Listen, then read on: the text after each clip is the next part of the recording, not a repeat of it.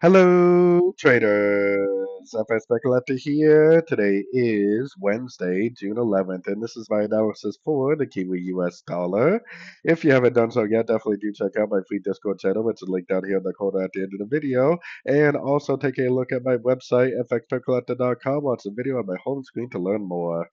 So, anyways, on the 4 hour time frame, zoomed out a little bit, I still think there's a good chance this is a WXY on the 4 hour time frame. If that is true, then potentially it means that we will get some sort of a three-way pattern down, probably take out the lower wave W before we end up continuing the uptrend for the higher continuation of the big uptrend on the very high time frames.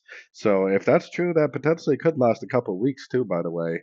So going down to the 1 hour time frame, now we have CPI inflation data coming out today.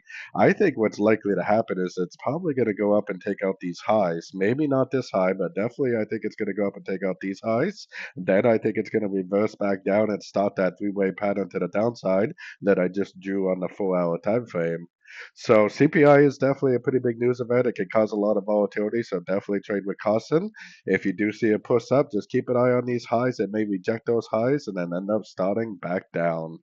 So anyways, don't forget to like and subscribe. And as always, thank you for watching and happy trading.